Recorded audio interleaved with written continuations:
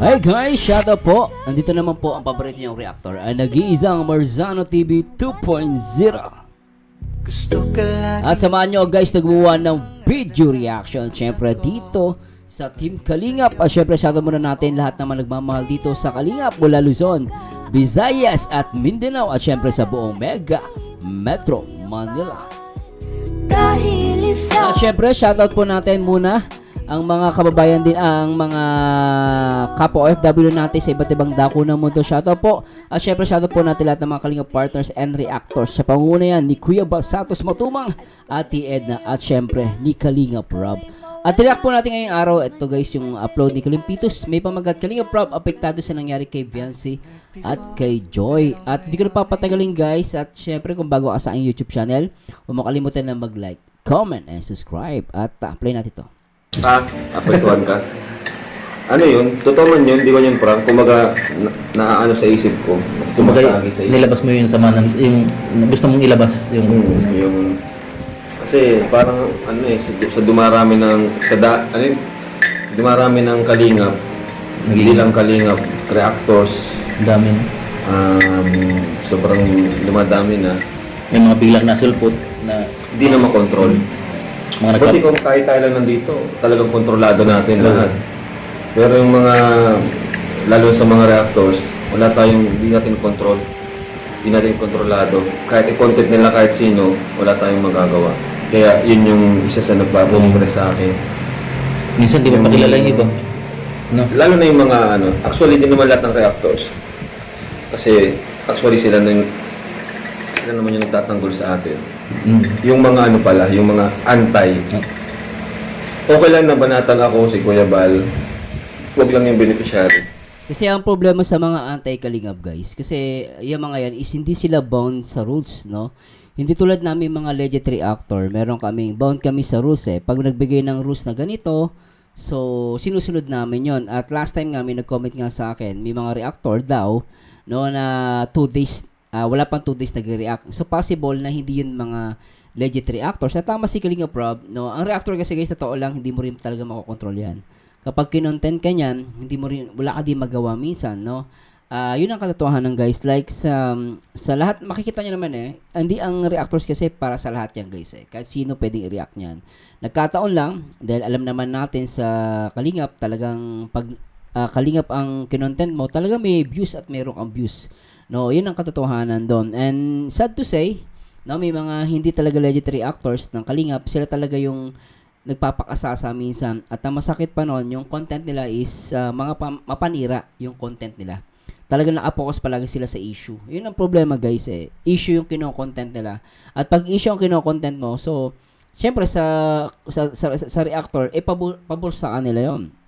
No, sa kanila may bis, pero ang nasisira talaga yung mismong community ng Team Kalingap, no. Ako nagko-content ako ng mga basher ng Kalingap, no. Pero I make it sure to educate. Pero hindi na ako makikipag-rebat. Kasi minsan pag nirebat mo ng nirebat, kunwari kinontent yung sila Beyonce, sila Joy, and then binanatan mo din. Ngayon mangyari, magbabakbakan yung reactor sa reactor. So, normally po, no, ganun yung mangyayari. Pero ang nagiging tendency po, ito yung opinion ko lang po, hindi ko po ito pinipilit. Ang magiging tendency nun, ang maapekto na talaga yung Kalingap, no? At kumbaga parang ilbis na mag-focus na sa issue, mangyayari, magpo-focus na dun sa sa between, minsan nagiging personal.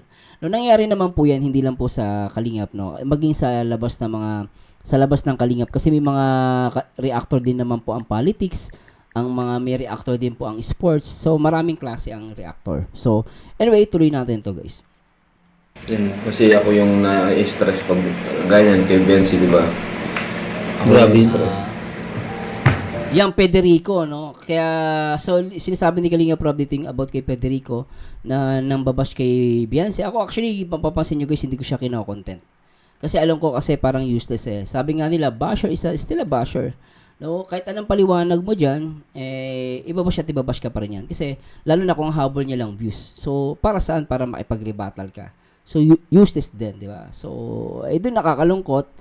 Nagbigay ng DNC, binigyan niya nag-emphasize siya na lalo na kay Beyonce. Kasi si Beyonce nga, kita naman natin, kita nyo, no, nagkaroon pa ng demandahan, pero nakakalunod na balita, na-dismiss yung kaso. So, that's why, na-feel ko si Kalinga Prab, no? Grabe. stress. Kahit walang ginagawang masama yung bata. Ayun, merong napapansin din ako na Pasensya na lang sa... okay lang. Saan po kumatong ingit kasi? Parang parang napapatulala ka na lang minsan na Nahawan na ako ni Kuya Tats. minsan yung kahit di mo sabihin halata sa'yo na medyo na stress ka. Ano yung Lods? Ano yung bakit ganun?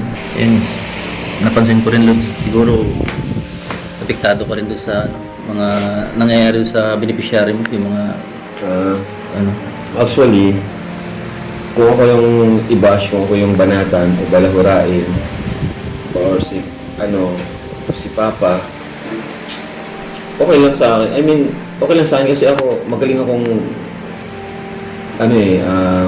iwasan or hindi pansinin yan. Hindi ko man kasi pinapanood. Pero pag yung beneficiary ko na kagaya ngayon, yan si Biancy, si Joy, mas naapektuhan ako. Kasi tinulungan ko yan, gusto ko magkaroon ng magandang buhay. Tapos, ang magiging kapalit yung ganun, yung may nambabalahura naman sa social media. Parang si Kalinga Prab, parang siyang magulang, no? Parang totoo sinabi niya, no? Siya ang tumulong, siya nagpakilala sa mga yan, inalagaan niya yan, no? Talagang lahat ginawa ni Kalinga Prab. And na-feel ko, kasi alam mo, minsan mafe-feel mo yung isang bagay pag lalo pinaghirapan mo. No, kasi lalo yan, parang sinasabi niya rito, ako nakikita ko kay Kalinga Prab, parang sinasabi niya na pinaghirapan ko yung mga yan Ako nagpagod dyan, tapos gagawin nyo, ibabalahurain nyo. Kasi sinasabi niya, ako, di bali na lang ako, tsaka si Kuya Bal. Kasi sanay na sila Kuya Bal no? Sanay na sila tulad nitong mga to, kasi unang-una si Biancy, tsaka si Joy, wala pang mga channel, wala silang YouTube channel. So, hindi rin sila makasagot sa mga issue na binabato ng mga balahurang reactor. So dito lumalabas talagang makikita mo yung pagiging kapatid, pagiging tatay ni Kalinga Prab sa kanyang mga beneficiary, which is good, no? Ano masabi niyo dun, guys? Naman sa social media, parang naanuhan ako, parang useless or nonsense yung pagtulong ko kung yun naman yung kapalit. Kaya yun, affected talaga ako. Gusto kong tumulong nang hindi sila nasasaktan, hindi sila na-apektuhan yung damdamin nila. Kaya kaya masakit sa akin yun or nagpapa-stress din sa akin kasi siyempre tumulungan ko para gumanda yung buhay. Tapos meron naman ibang tao na babanatan or apak-apakan sa social media. Kaya isa yung sign na yun yung mga bagay na hindi ko kontrolado. Kaya ako naapektuhan. Gaya ng, syempre mga content creator, di mo naman lahat yan madidiktahan, di mo lahat yan mapapasunod. Yun ang katotohanan doon, Kalinga Prab. Di mo talaga mapapasunod. Kahit sino, pwede nilang Pero alam mo, Kalinga Prab, totoo lang, hindi lang naman mga beneficiary ganyan. Even mga artista, last time nga meron isang vlogger sa TikTok, nagdala lang siya ng passport, no, dun sa airport, no, domestic yung flight niya, binabash siya. So, kumbaga, ang point ko lang is, kahit sino talagang binabash, lalo na pag pumasok ka sa mundo ng social media, at pipiliin mo maging public figure ka. So, ganun talaga guys. Kasi lalo sa Pilipino, sad to say, meron mga ilan, di naman po, ang sinasabi ko rito, may mga ilan, hindi ko po nila lahat, may ilang mga Pilipino, makikitid ang utak at mahina ang comprehension.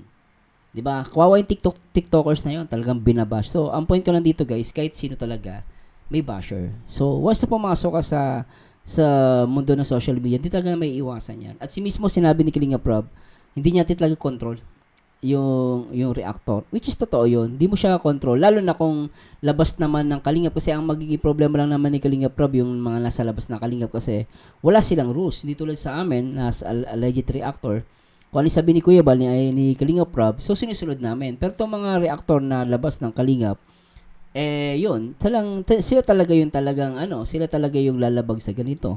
So kahit sino pwede na lang i-bash. At sinasabi ko nga, once nag-public figure ka, kahit sino naman guys, mapa-artista, politiko, basta public figure ka, asahan mo may mababash sa'yo. You cannot please everybody talaga.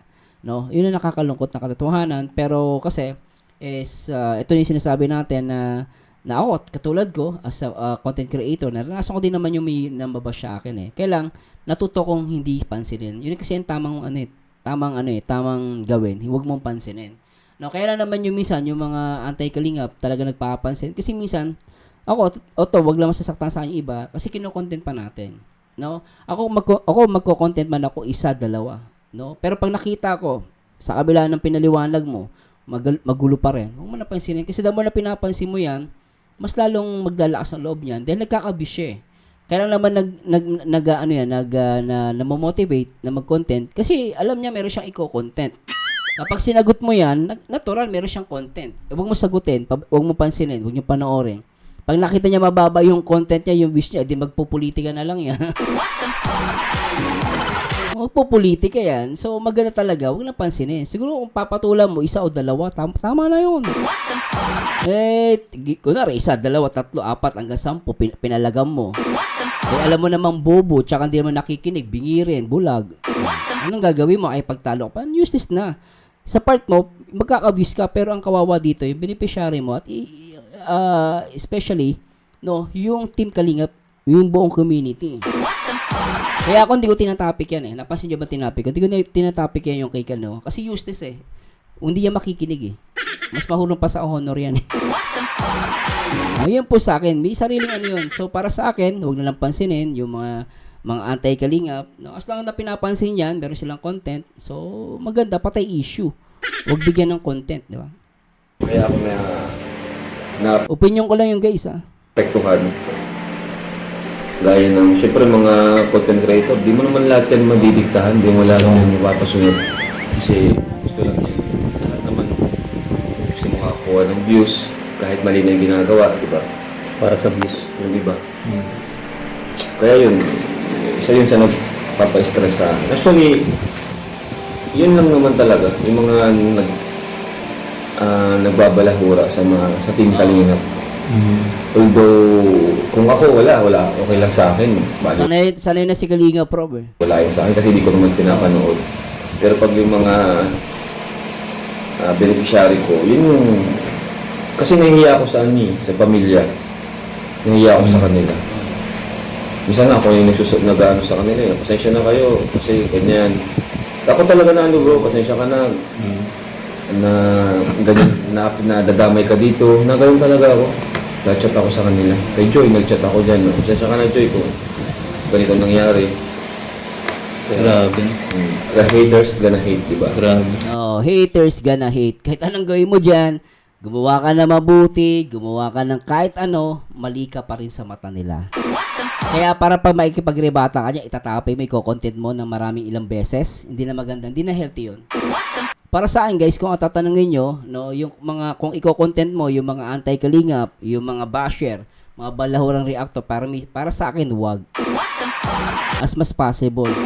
Okay sana i-content mo para sagutin yung mga binibintang, pero naipaliwanag mo na lahat, nailatag mo na lahat, tapos, kinontent mo pa ulit. Kumbaga, para saan? Para banata mo pa yun. Diba? Hindi nga nakikinig sa'yo eh. Sabi nga ni Kalinga Prab, haters gonna hate. Kahit anong paliwanag mo dyan, di ba? Useless yan. Ginagawa ka niya lang content. Kung stress ka pa, biri mo, mag-content ka na lang good vibes, mas maganda pa. Oh guys, kaysa may issue content, mas masakit sa ulo yun. Mamamatay ka pa ng maaga, magkakasakit ka pa sa puso. Di ba ano guys, the good vibes, mas maganda. Dapat ang gawin na lang nila, kung ayaw nila sa tao, huwag na lang ano yun. Focus na lang sila sa buhay nila. Ay, walang ganon kalimpitos. Totoo lang. Pagdating sa social media, sinasabi kalimpitos, dapat daw focus nila sila sa buhay. No, nag-content creator yan. Gusto na niya mga yan. Wala silang pakialam. No, totoosin, may mga content creator, wala silang pakialam gumawa ng mabuti. Kasi kung may content creator gumawa ng mabuti, si Kuya Bal sa kasi Kalinga Prab yun. Pero sa kabila nung guys, no, sa other side, merong mga content creator, wala silang pakialam, ayaw nilang gumawa ng mabuti. Ang sa kanila, content lang talaga, purely views. Ganun, wala silang pakialam kahit makasakit sila. Walang ganun. Di uso sa ibang content creator. Yun po ang masakit na katotohanan. Ngayon, kaya ako sinasabi sa inyo, kapag ang mga ganong content creator pinasikat, di ba, kunwari, kinontent ko yun, pinasikat ko pa.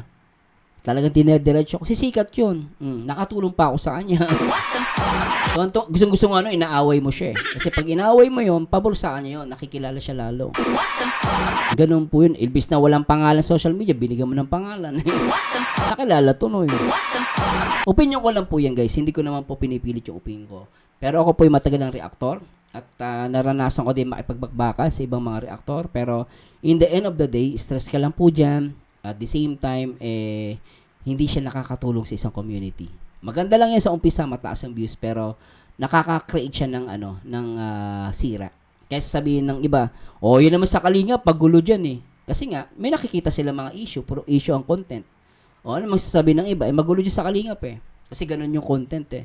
Pero kung ang content talaga good vibes, masaya lang, di ba? Hindi ko sinasabing masama mag-content ng issue. Okay po ako, nagko-content ako ng issue. Pero, wag lang sobra-sobra. Pag kasi, lahat ng sobra masama. Totoo lang guys. Okay naman may issue para may matutunan tayo eh. Meron tayong malaman kung ano yung totoo sa hindi. Yun ang maganda. Pero, sinasabi ko nga, magko-content ka, tapos yung kino-content mo na balawar ang reacto, di naman nakikinig, useless, bingi din. Ayaw ka paniwalaan, para saan? Para i-content mo. So, itigil mo na. At least, 1, 2, 3, ribat, okay na yun. Pero sobra, hindi na yun. Doon na paghahalataan na for the views talaga eh. Di ba? Grabe yung... Tapos yung nangyari pa kay Joy, grabe yun. Ay, yung sa Banjoy. Bumakas. At kaya ganun. Actually, naging rin siya sa akin eh. Parang eye-opener na rin siya sa akin. Na nagiging na talaga. Sobra na ang mga nangyayari. Hindi na healthy. Kaya kung mapapansin nyo yung mga upload ko, kung napapanood mo, nanonood ka na upload ko, pansin yung mga good vibes. Oo. Ang gaganda, di ba? Oo. Mas nakaka-good vibes Kaligap Rob. Kaya sabi ko, focus na lang muna ako sa ganito, na adventure, good vibes, at the same time, tulong.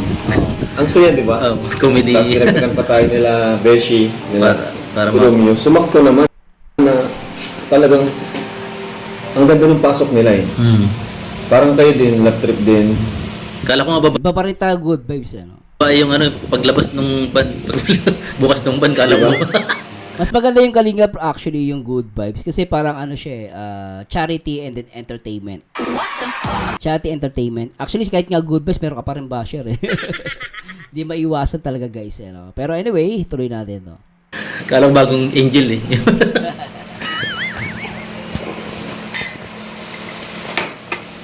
Yun lang no. Para balanse yung para limot na nila yung mga... Saka ayoko na tama na itong love team na to. Ayoko na magdagdag. Hindi ka na hindi puro dagdag. pure helping na lang.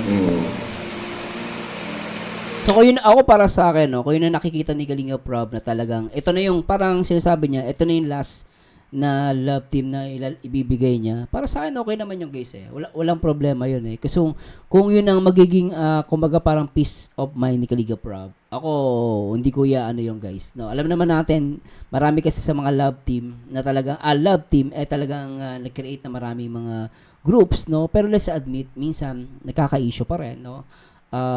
Hindi na ako magbabanggit ng mga pangalan pero makikita nyo naman even sa sponsor nagkakaproblema. So doon makikita ni Kalingap Rob yung problema no? Pero sabi ko nga kung ano man yung decision ni Kalingap Rob, so let's respect. At ako kasi nakikita ko sa kanya is kung gusto ni Kalingap Rob mag-focus sa good vibes, so be it, mas maganda rin naman yung guys, di ba? Good vibes and charity para sa okay either way no. Pero ang sinasabi ni Kalingap Rob dito para ang dating ito na yung last, ayaw niya na magdagdag pa. Siguro ganun. Kasi kung magdadagdag pa siya ng another love team, so parang ang mangyari kasi guys is sobrang mahirap siyang i-handle. So at least, kung may mga love team na siya ngayon, currently, so yun na yun. Kasi yun yung nakuha ko guys i-correct niyo po ako hindi naman niya sinabing ihinto eh. Diba? Wala siya sinabing ihinto. Malinaw naman na wala siya sinabing ihinto. Tingnan niyo guys, ulitin natin. Helping na lang. Ulitin natin Wala siya sinabing ihinto. Ang sinabi niya lang, ayaw niya na magdagdag. Isa pa. Love team na to. Ayoko na Teka lang, ulitin natin. Kasi sabi ng iba daw, ihinto. Hindi po ihinto. Parang sinasabi na ni Kalingap Rob, ayaw na magdagdag, okay na siya sa love team na to. O isa pa na. O tuloy natin guys isa pa. Saka ayoko na tama na itong love team na to. Ayoko na magdagdag. Hindi ka na. Ayaw niya magdagdag, pero wala siya sinabing ihinto yung love team. Walang ganon. Walang ganon, guys, ha? Baka mapagkamali, baka kasi may nakita akong comment, ano daw, wag itigil yung love team. Wala pong walang sinasabi si Kalinga Prab na ipatitigil. Sabi niya lang, ayaw niya na magdagdag. Malay natin, this for now, this year or ano, ayaw niya magdagdag. Kasi, minsan kasi mayroon naman talaga ihante pag sobrang dami na ng love team, no? So, malinaw guys, ha? Walang sinasabi si Kalinga Prab na ihinto. Sabi niya, ayaw niya lang magdagdag. Yun lang po yung nakuha kong i-correct niya po kung mali ako. Isa pa, ulitin natin. Ayoko na tama na itong love team na to. Ayoko na magdagdag. Hindi ka na. Tama na tong love team na to. Ibig sabihin, hindi naman niya ihinto yung love team. Ayaw niya lang magdagdag. Di ba, no? Talag puro Ano? pure helping na lang. Di ba? Na, Guys, kasi baka mag-alala ibang mga love team, ha? Malino na po sinabi ni Kalinga Prab. na-inspire din ako sa sa ginawa ni yung senior mo, si Bana. Grabe yun. Siya talaga pala Hindi man natin magagawa dito. Wala mang bagyo sa atin. Ano ba kayo? Kaya kung may bagyo dito, gagawin din natin. Oo. Ang ganda yun. Ganda nga. Kaya bilib ako kay Ivana kasi kahit sa dami ng malalaking YouTuber, siya lang yung... Siya talaga. gumawa, no? Na, Di ba? ang pagkakalam ko, inspired Kaya nakatutuwa ko kay Ivana eh. inspired din yun sa mga charity vlogger, si Bana. Oo. Kasi ang daming malalaking vlogger dyan na ano. Pero si Ivana, The best. although yung iba siguro tumutulong na off-cam, pero di mo natin alam kasi kung anong ginawa nila. Oo. Pwedeng sabihin nila na tumulong lang sila, ano lang yung tinulong nila. Unlike pag may video talaga, makikita mo kung ano yung ginawa talaga, di ba? Tsaka ang kaganda pag may video. Saka wala namang masama kung may video mo, di ba? Kasi Oo. vlogger ka eh. Tama, Kalinga Prab, wala naman masama doon. Binibigyan na ng masamang impresyon ng iba. No, sabi sa Biblia, yung ginawa mong kanang kamay mo, huwag mo ipakita sa kaliwa. Ngayon, yun yung ginagamit ng iba. Pero ang point, ang ano lang po, sabi nga sa Biblia, kapag nasa iyong kamay, gawin mo yung mabuti, gawin mo. No? May cameraman o wala, pwede mo pang gawin yun. Yun nga lang, huwag ka lang magpapaka-impokrito na, tutulong ka, tapos gagawin mo pala yun, para lang magpakita ng tao. Yun yung mali. Pero kung gagawin mo po yun, kahit sabi mo may camera ka, gagawin mo nang mula sa puso yun, para sa akin, wala pong mali doon. No, yung sinasabi ni Kalinga Prab na ipapakita niya, syempre, vlogger ka eh. Kumbaga for the record. Pangit naman yung sabi, tumutulong ako. Nasa ebidensya mo. Tama si Kalinga Prab doon. Kailangan mo ipakita yung, para at least may maghanap man. Pinakita mo na tumulong ka. Yun ang katotohanan doon, guys. Di ba na? Tuloy natin.